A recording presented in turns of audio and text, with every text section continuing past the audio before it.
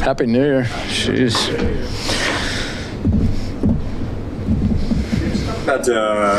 Leaf broke the record last week for all-time punt return. Just, you've kind of been here the whole time with him, just the growth and what it means to you to see him do that. Yeah, it's awesome. 5 years together, he's been incredible. I mean, thank goodness we got him. I remember 5 years ago when I first got here and we didn't have a returner, and it was like, man, who's it going to be?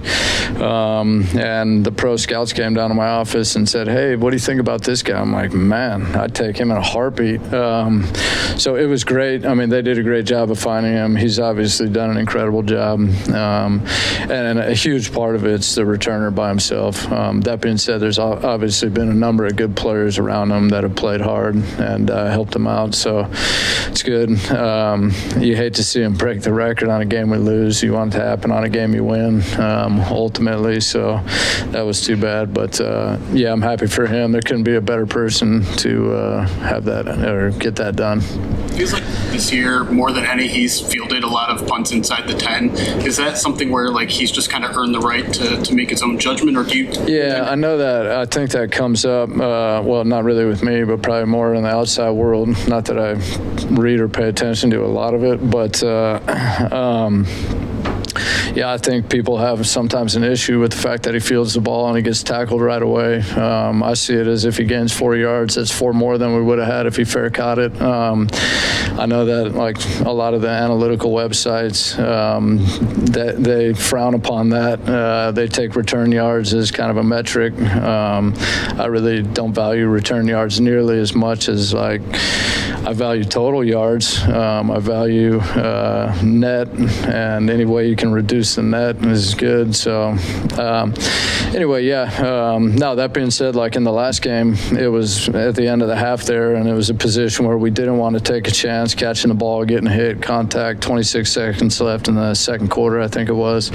So we actually brought him up and rushed him, really to kind of eliminate that situation from being a possibility. But yeah, I would say for me, generally speaking, I would always like a very, very aggressive returner.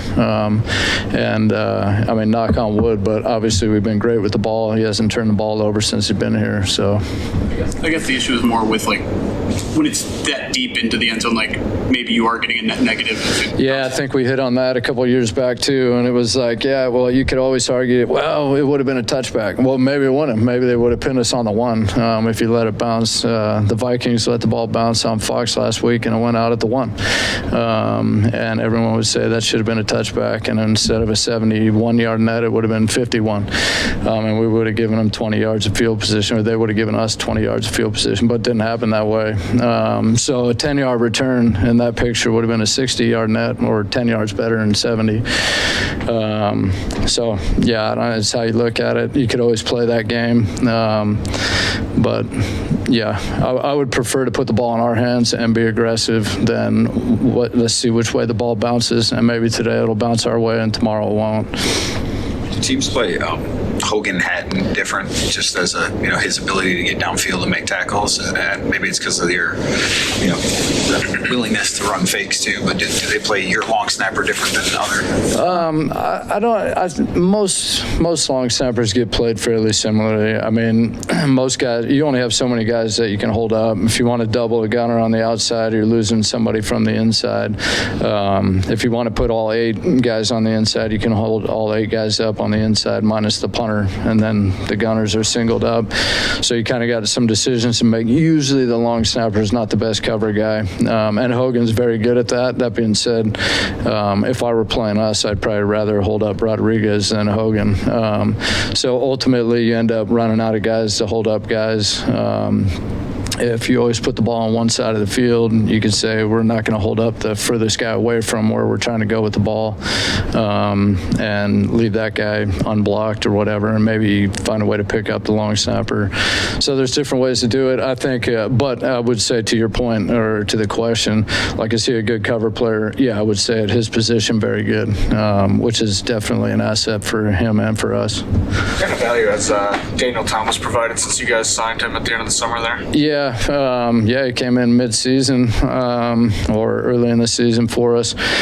He's done a great job. I mean, the one thing I would say about DT, I call him, is he makes plays. He makes plays on the football, and he's productive. He doesn't always look like the fastest, most explosive, most elusive player on the field, but man, you look at the tackle sheet at the end of the game, and it's like he made a lot of plays for us. When the ball comes his way, finds a way to get it down, which is really what the great players do in coverage. And so I would say that's probably his best skill set, and which a credit to him. And so he's definitely helped us out. Then Malcolm, what has he kind of showed you since he came back from this? Yeah, I think Malcolm's working through it. I think a lot of those guys coming off an ACL, they say year 2 is really the year they really explode. I give him a lot of credit for obviously fighting to get back as fast as he has and go out there. He's been a productive player for us, and I would assume that he only gets better and better. Not that he's lacking right now, but I mean, he's been a great player for us at times, and I think he's working his way back into shape and playing, but still an asset for us for sure. You still got one more game, obviously, here to complete the body of work. But I'm just curious, based on your preseason evaluation of these guys and the roles you thought they would have, has anybody maybe exceeded your expectations on what they were able to give you on special teams this year? I don't know if anyone's exceeded or whatnot. I mean, I think the goal of a coach, I think I've said this to you guys before, my goal really is that the players that you have are playing the best for you, and they're playing the best that they've played in their career at their positions, whether that's production, a kicker, you want that kicker to have his best years underneath you. You want that snapper to have his best years underneath you. And same thing with these cover guys. You want them to have the most tackles when they're playing for you, or really their best years. And I would say that's really kind of always my focus and goal. And that's different for each guy. Some guys come in here and we're highly productive players, and you're trying to get them to be more productive. Some guys come in here and they never played, and you're trying to get them to play for the first time and get them to be productive. And that really is the fun of coaching for me, is like the challenge of that. And I would say sometimes I've done a good job, and sometimes, a guy's gone and played somewhere else and made more plays. And then it's, you look at that and ask yourself, why'd that happen? How could I do better? Or what would I have done differently? And what did they do? And what didn't I see? And so always being critical, I think, of yourself. One guy who I think is a very, very good player in this league on special teams, I mean, he's a dynamic player, and he doesn't get talked about a lot, but not as much as some guys. But Vaki has really had a great year for us, and I mean, he's just a unique athlete, explosive, powerful, strong. He's an offender technically. I know he played both in college, but his ability to make tackles and play in coverage is exceptional for that position, a running back, and so he's been a great player for us this season. I think he's had a really good year. From your experience going out to Shoulder Field, what challenges does Jake face this week in that environment? Yeah, it's a good environment. Obviously, I think over the years the field has gotten better. It's got a reputation for it wasn't very good, or the grass was really long back when I first got in this business. And it's totally different than that now. I would say the field is always in good shape every time I've been there since I've been here, for sure. And when I was in Philly, went out there a few times.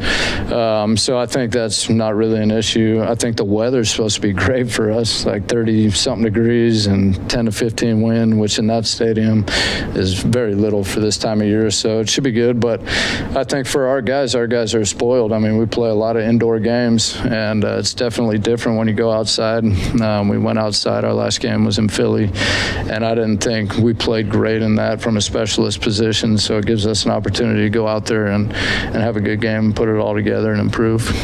Go way down the roster here for a second with Hassanin. That was a guy that, clearly was learning on the job during training camp, had the setback, came back, I don't know when it was, November, but he's going to carve out a role in this league. He's going to have to figure it out on special teams. So I'm curious your perspective, since we're not watching practice, of his growth in those areas since he's been back. Yeah, I think it's also a little bit difficult. You got to see these guys play the game too, you know. So preseason games will be big for a guy like that, especially on special teams. But I can tell you a handful of things. Number one, you can tell the guy loves football. He goes hard all the time. He competes in practice, and sometimes to the dismay of other players. But I really respect that. I mean, he's just trying to be good. I don't think he's played this game forever. He's trying to improve. He works really hard at that. And he does have a skill set. I mean, he's got a motor. I think he had a ton of sacks in college, which usually high motor players do. And he's powerful and strong.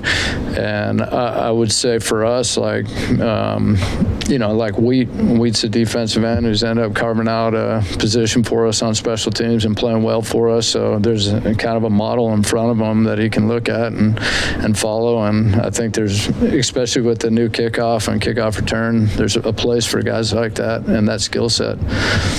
Special teams coordinators last couple off seasons have had a pretty big role in shaping that play, in particular the kickoff. Is there anything that needs to be tweaked this off season? Is there anything else on the agenda of coordinators? Yeah, I mean, I would just say I really like to play. It's given me headaches at times for sure. But no, I think it's been great. I mean, the plays in the game, it plays out all the time. As a coach, you have to obviously prepare a lot for it. We've got to spend a lot of time for it. I mean, there's more kickoffs and kickoff returns than there are punt returns now. I think it's like 30% to 20% roughly. So 60% of the game is kickoff return, and the other 40, not counting field goal and all that, but the other 40 would be punt return. So that's good. Obviously, the number of returns is way up, which is huge. In terms of the play and going forward and all that, I'm not taking myself out of it, but I've never really been a big, like, I think we should do this, I think we should do that. I'm more of tell me the rules of the game and we'll figure out a way to play them to the best of our ability and have success. How's it going? So we'll recap. I know it's been a while since I talked to you guys. We've gone through a couple games, and I was saying kind of a summarization of all those. Probably the most disappointing thing is the elephant in the room is we've took a L in all of those games since the last time I saw you all, which has unfortunately put us in the situation we're in now where you're out of contention for the postseason. But my message to the unit when I stood in front of them on Monday, now is not the time for anybody to feel sorry for themselves. Now is not the time to wonder what happened. We still have a game to play on Sunday, and a game that means something to us. Every game in the NFL means something to us. So we've been head on this week. I told them I did see progress from the previous two games coming off the Rams in Pittsburgh going into Minnesota. And I was proud of the way those guys went out, fought, clawed, and tried to give our team the best chance to win the game. And unfortunately, we didn't make enough plays on the defensive side to make that happen in the Minnesota game.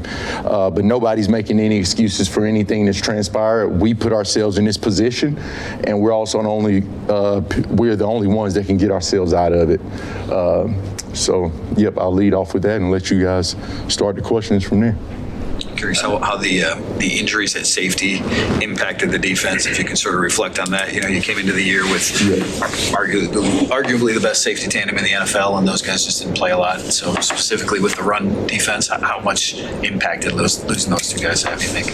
I say whenever you lose the caliber of players that we lost, not just at the safety spot, but any position, you're talking about two all-pro players. And we were able to have BB, I think it may have been through 19 games or something like that. But, obviously Kirby was only with us, I believe, 5 games this year.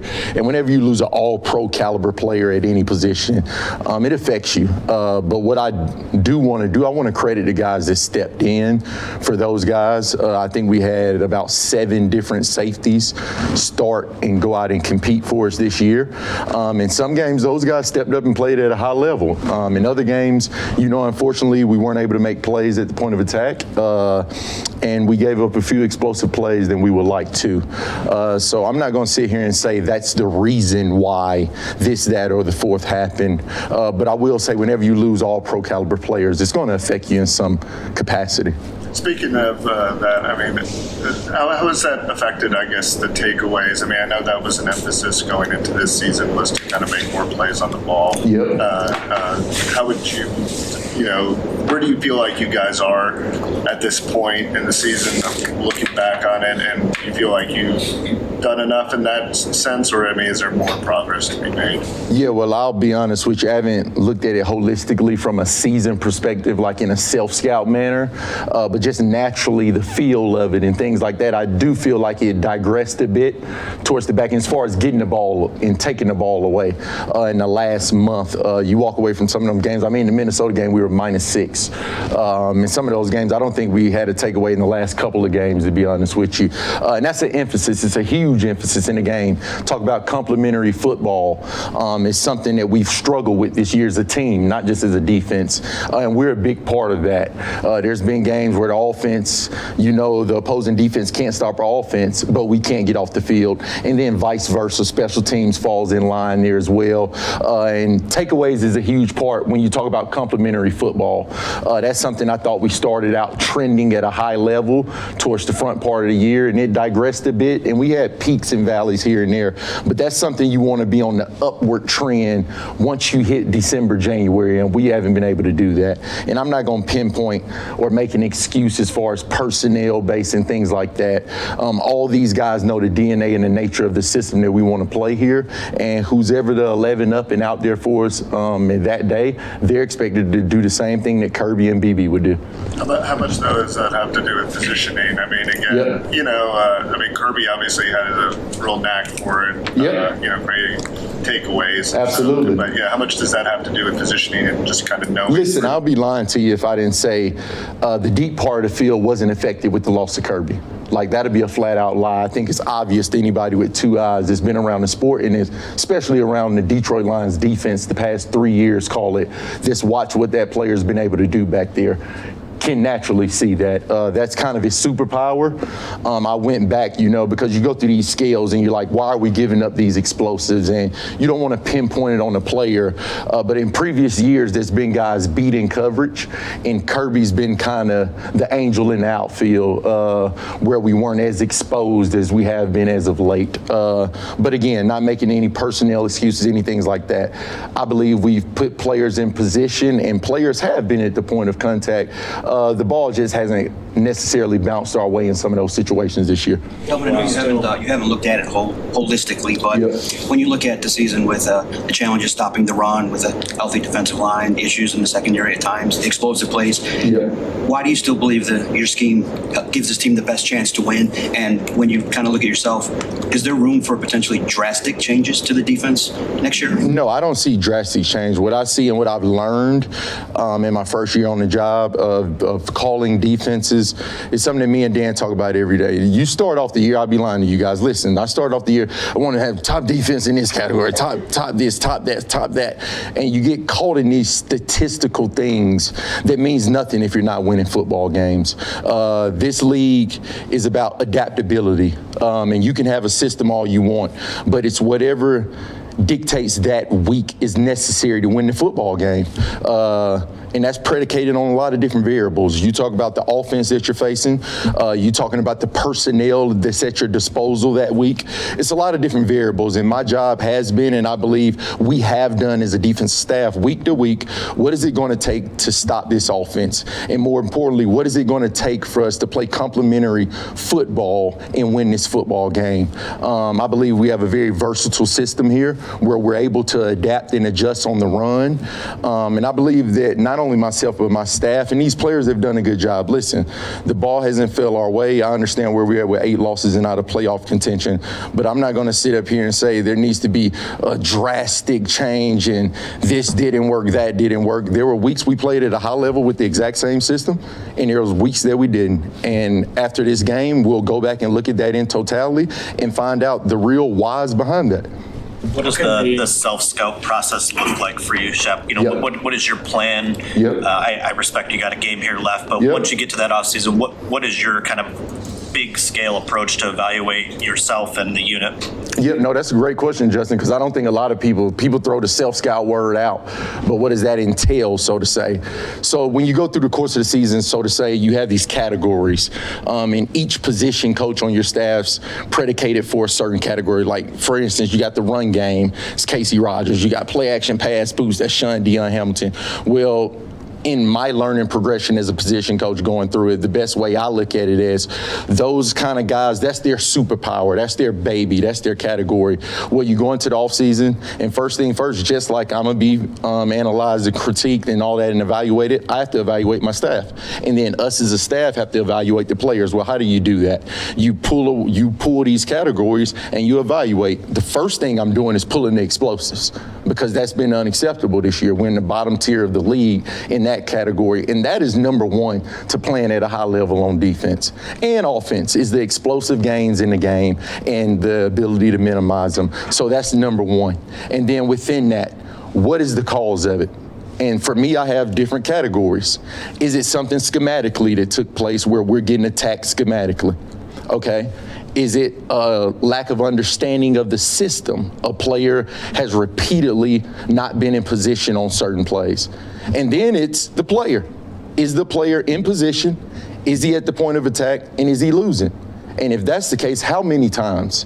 And that's the way I think you're able to evaluate and assess your coaching ability, your scheme ability, and the player evaluation at the same time. So that's kind of how I'm going in looking at it, Justin. Mentioned the defensive tweaks question. You played a lot more zone coverage the last 2 weeks. Is that more personnel-based or opponent-based, or just trying to figure something out there? Yeah, it's a little bit of both, to be honest with you.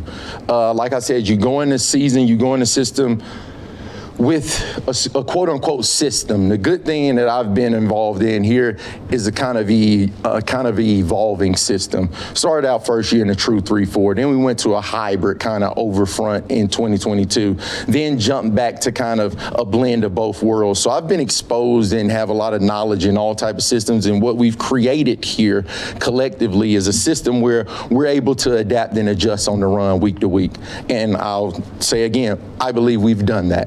Now, some weeks, I'll tell you, the stats and the scoreboard does not suggest that we did it at a high level. In other weeks, it does. So that's what I said. We have an important game Sunday against a playoff team, and a game that means a lot to a lot of people here. So we're going to go out, and then after that, we'll sit back and assess all this stuff. You mentioned maybe not getting caught up in some of the statistical benchmarks and stuff like that. Was there any other big lessons that you kind of picked up this year, things you didn't know that kind of clicked into place after a month or two, or just as the season went on? Yeah, I mean, the ebbs and flows of the league. I mean, I knew that as a player. I've been in this thing, so I'm callous as far as 1 week you're a guru, the next week you can't coach a league. That is what it is. It's just like a player.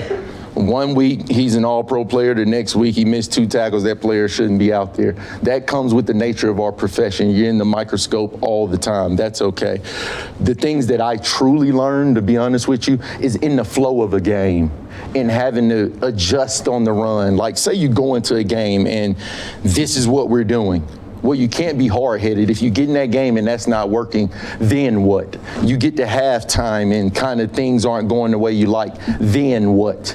And that's kind of what I've learned, and the ability to go articulate that to the players so they understanding not that we're changing, but why we're changing and how we need them to change as the game progresses, kind of in-game adjustments. Maybe ties into that a little bit, but curious what you learned from playing veteran quarterbacks the last, few weeks. I mean, Dak Prescott and Aaron Rodgers and Matthew Stafford, their ability to identify what you do and change their offense. What lessons can you learn from anything that happened that may help you, run a defense in the future? Yeah. I mean, we've seen, I don't think the quarterback, I think it's so more of systems, because I think now a lot of quarterbacks, you even talk to the veteran guys, you talk to Matthew, it's a system.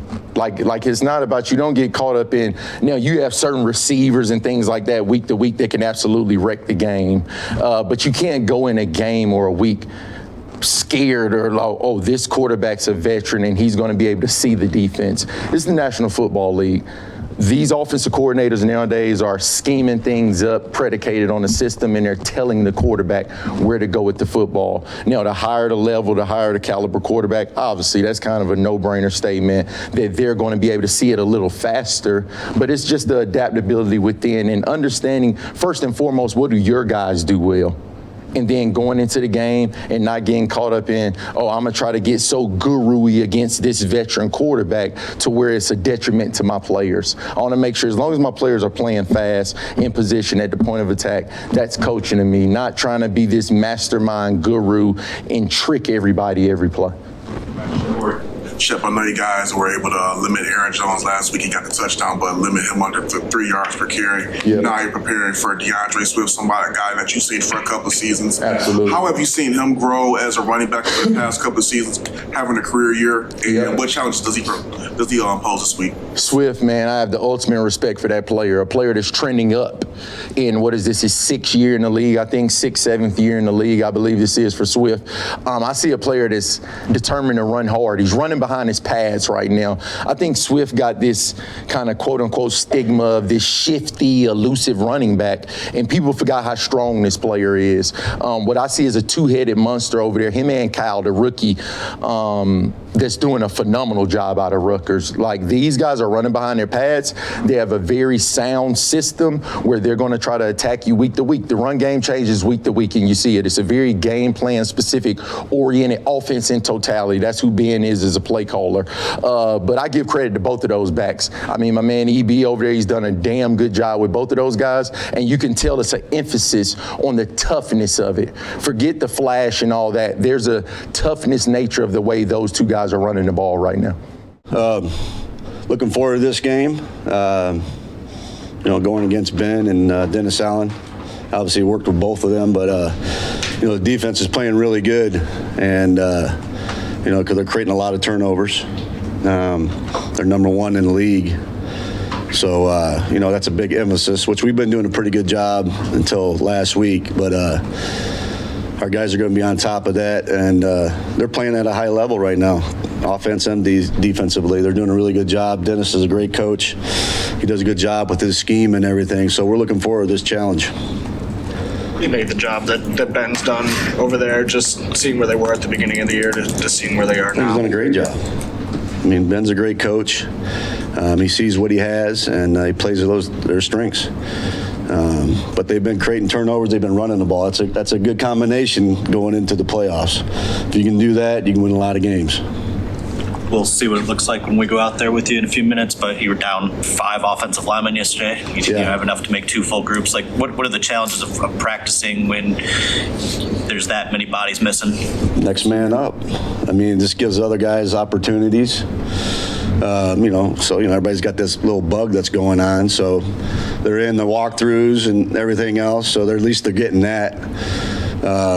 But it's the next guy up, gives guy opportunity in case he has to go in, and he's gotten the reps. So I think it's a good thing.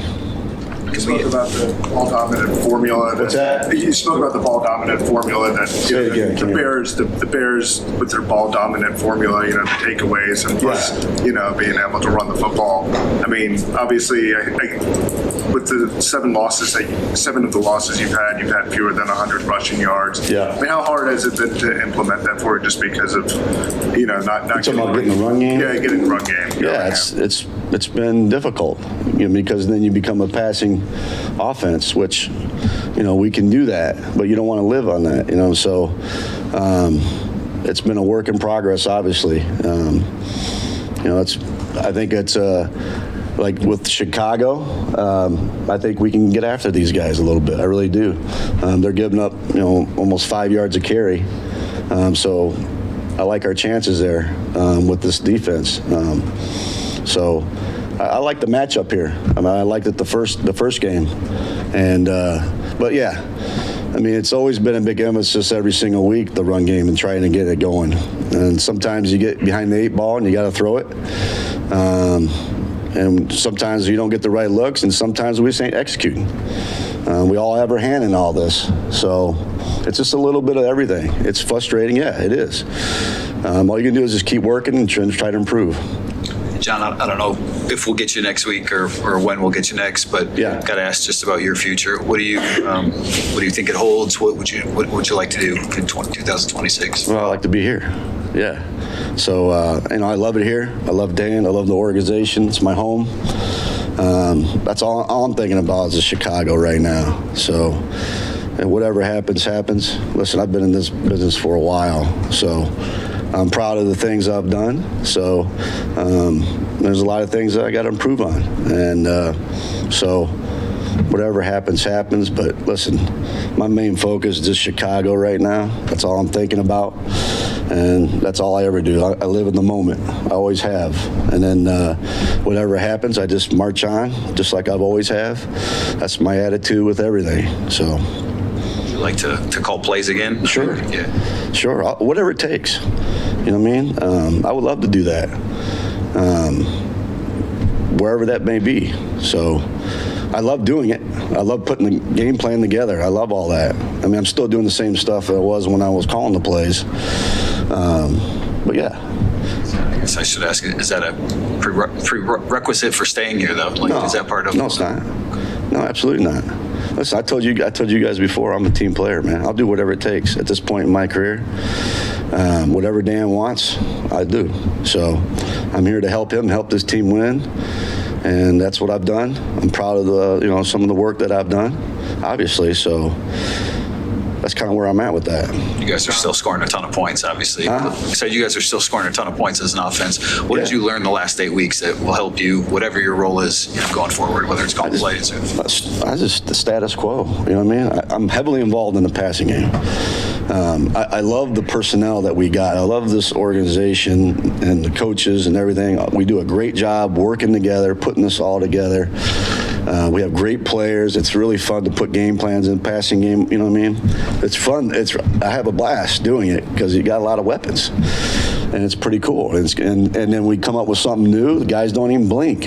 You know, it's fun. You know, we did a couple of things today, and I just love it. I love my job. I love coaching. I love game planning.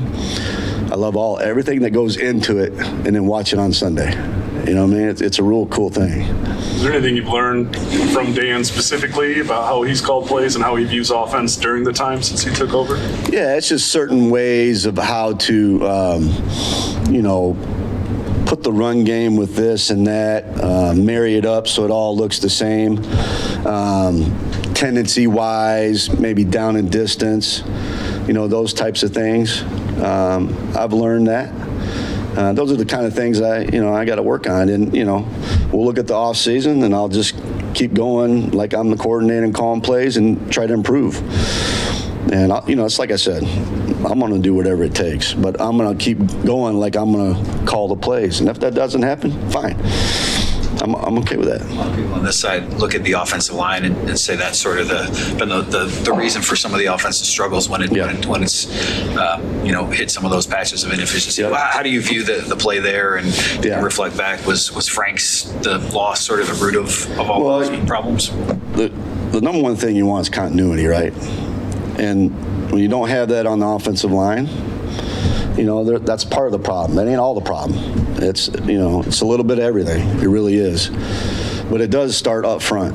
You know what I mean? If you can control the line of scrimmage and do that, it just makes everything a lot easier, which, you guys have kind of done here in the last few years. But continuity is the biggest thing. Man, when you got the same guys all the time, I'm not using that as an excuse. It becomes challenging at times. So I think that's kind of where we're at right now. If the biggest thing is just, doing whatever it takes to win the game. And if we can run the ball, great. And that's kind of what we've done all year. There's been times, especially earlier in the year and stuff, we're running it. And we're, playing complimentary football. We're 50-50 and stuff like that. And there's times where we got to throw it. And, it's been that way. So we address it every single week in the run game. But I think it all does start up front. Losing our tight ends and stuff, that's part of the offensive line. You know what I mean? But it's not excuses. It's not. we're all, like I said, we all have our hand in this, and then we have to be creative. You know, just like in everything else in the passing game and stuff, when guy goes down, okay, this guy's got to step up. You know, we lost a tight end. You know, Gibby started getting some looks, and Tesla, he's grown. That's the beauty of this. Some of these guys, it's kind of cool and watch them grow. Like Tesla has really grown, so you can kind of see, you know, the player that he's going to be. And in Gibby with, you know, run and pass, it's really cool to see that. And J-Mo running a lot of different routes and things, man. He's really stepped up ever since that. So, you know, guys have stepped up, you know, with all the injuries and everything. Actually, over the last 5 games, with Tesla's role increasing in the offense, how have you seen him specifically develop as a receiver? Let me tell you something. Run and pass, he can do it all. He's tough. He's physical. He's smart. Man, he can catch. I mean, I love the hands. You know, I love the hands. You can put the ball anywhere. You saw it last week when he caught that touchdown. I mean, he's got a lot of touchdowns. I mean, compared to the receptions and touchdowns, it's pretty good. But, you know, when you got a guy like that can catch, and he's a rookie, and like I said, he's blossomed every single week. And in the run game, you know our wideouts, they have to block. And they're the best in football in doing that. But it's been really cool to see him. I mean, it's like he's not a rookie anymore, you know, and he comes to work every day. That whole unit, man, when Scotty, he does an unbelievable job with those guys. They all have the same attitude. It's really a cool thing. Talk about the future of him, J-Mo, and Sam Brown as a trio moving forward. What do you think would be the ceiling for them? Just off of what you've seen of the short sample, what do you think would be the ceiling for them next season? I mean, Super Bowl, you know. I mean, listen, those 3 guys, along with Gippy and Laporta, I mean, sky's the limit. Sky's the limit. It's just, you know, finding ways how to get all these guys the ball when they all are playing that. And we were doing a pretty good job with that. I really do. I think and again, you know, it's based on scheme. What are they doing? Okay, this personnel grouping, and let's tackle that. But I think sky's the limit with those guys. It's a really good combination of all 5 of those guys. You know what I mean? So it's really fun to work with. John, anything in particular they do that jumps out on tape that's allowed them to rack up all these takeaways? Yeah, I think like when you watch the offensive teams, some of those are bad decisions and some of those are bad technique and routes. Now, they have some corners that are long, you know what I mean, and lanky, and they can run a little bit, and so they got a little bit of length. So we have to be selective and everything. But with our guys, I really think our detail and our technique and our route running is awesome. And I think when you don't do that and you try to force a ball, that's where all these picks are happening. And they get around the ball. They do a great job of rallying to the ball. You saw it, 49ers, the first game, or the first play of the game. You know, they try to throw a slant, the corner's inside technique, ball tip, he's right there. So they seem to be, they're always getting around the ball. That's the biggest thing. So, and our guys do a great job of finishing towards the ball, and we do a great job of holding on to the ball. And Jared's always made great decisions. And I think it's a cool thing. You know, it's the same thing when we were going in the Rams. We were playing the Rams. They were one of the tops in the league, and we did a good job there. But I think that's the biggest thing that jumps out. I just think sometimes it's a poor decision. Now, they make there's a couple in there with some great picks, and they do a good job of punching the ball. And we've shown those guys all that. So that's the biggest thing that jumps off the tape. John, this whole operation here with Brad and Dan has been built on collaboration. Yep. As you work through the self-scout of your unit this offseason, I know some coaches like to stay in their lane and just coach what they're given, but how important do you think it is for coordinators to kind of talk to their GMs and just say, hey, this is where maybe we need more in a personnel standpoint to get to what we want to be? Yeah, you know, when you have those end of season meetings, there's a collaboration. And then, you know, the GM and the head coach, you know, what do we need? What do we need to do? You get into writing reports on your guys and you kind of figure out, okay, this is what we might need depth-wise. This is what we're looking for. They've done a great job here with all that. The draft, they're one of the best drafting guys. Let's see what's out there in free agency. But we all talk about it and we come to a decision what we want to do. That's the cool thing about here. It's a collaborative effort here. So that's usually how it goes.